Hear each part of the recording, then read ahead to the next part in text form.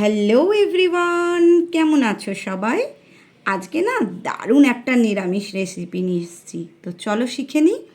এখানে দেখো ওল নিয়েছি, ওল কচু। এটাকে না আমি সুন্দরভাবে সেদ্ধ করে নিয়েছি। আর এখানে আছে ছোলার ডাল, এটাকে সারা রাত্রি ভিজিয়ে রেখে দিয়েছিলাম।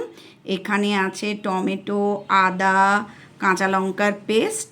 তো চলো এখন এই ডালগুলোকে না একটু আমি পেস্ট করে নেব, একদম সামান্য জল দিয়ে শুকনো শুকনো করে। তো দেখো ঠিক এই রকম মাখা মাখা একটা পেস্ট। আর এদিকে ওল কচুগুলোকে হাতে দিয়ে ভালো করে আমি চটকে নিয়েছি। এর মধ্যে এবার ডাল বাটাটা অ্যাড করে দিচ্ছি।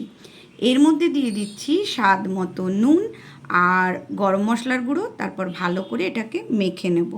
তো কোনো রকম ভাজা মানে কি, ওই কড়াইতে নাড়ার ঝামেলা ছাড়াই কিন্তু আজকে এটা আমি বানাবো। তো দেখো থালার মধ্যে ভালো করে তেল স্প্রেড করে এটাকে চৌকো করে দিয়ে দিয়েছি। তো চলো এটাকে এখন ছুরি দিয়ে পিস পিস করে কেটে নিই। তো আজকে বানাচ্ছি কি বলো তো, ওলের নিরামিষ ধোকার রেসিপি। তো এই যে দেখো পিস পিস করে কেটে নিয়েছি। এখন এগুলোকে তেলে ভালো করে ভেজে নেব। তো এদিকে কড়াই বসিয়ে দিয়েছি। পুরো রান্নাটাই করব কিন্তু আমি আজকে সর্ষের তেলে। তো তার জন্য কড়াইতে সর্ষের তেল দিয়ে দিলাম। তেল ভালো করে গরম করে নিতে হবে। আর বড়াগুলো যেহেতু খুব নরম, তো এগুলোকে বেশি নাড়াচাড়া করা চলবে না।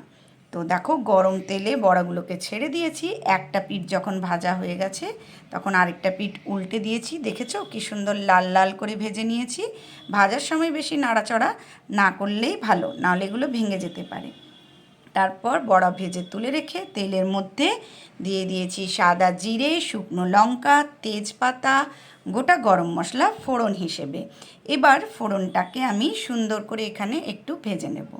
তো কারা কারা এইভাবে ওলের ধোকা বানিয়ে খেয়েছো অবশ্যই কমেন্টে জানিও। তো আমি এখানে আলু দিয়েছি, একটা বড় আলু ডুমো ডুমো করে কেটে নিয়ে ভালো করে ভেজে নিয়েছি। এখন বেটে রাখা মশলাটা দিয়ে দিলাম। এবার গুঁড়ো মশলা যেটা রেগুলার ব্যবহার করি তাই দেব। হলুদ গুঁড়ো, কাশ্মীরি রেড চিলি পাউডার আর তোমার জিরের গুঁড়ো। আর অন্য কোনো মশলা এখানে আমি দিচ্ছি না।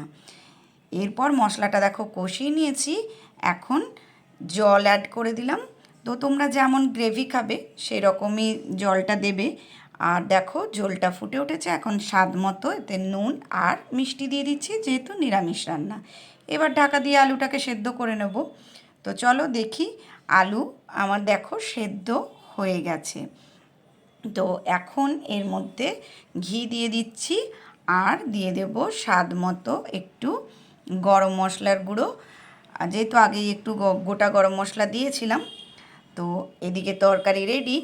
আর ধোকাগুলো দিয়ে এখানে আর আমি ফোটাবো না, ওপর থেকে ধোকাগুলো দিয়ে দেব। তারপর একটুখানি এটাকে ঢাকা চাপা দিয়ে রেখে দিলেই তৈরি হয়ে যাবে আমাদের ওলের নিরামিষ ধোকা। তো কেমন লাগলো আজকের এই রেসিপি অবশ্যই কমেন্ট করে জানিও। ভালো লাগলে লাইক শেয়ার করে দিও। সবাই খুব ভালো থেকো, সুস্থ থেকো। সবার সাথে আবার দেখা হবে। তো চলো, টাটা।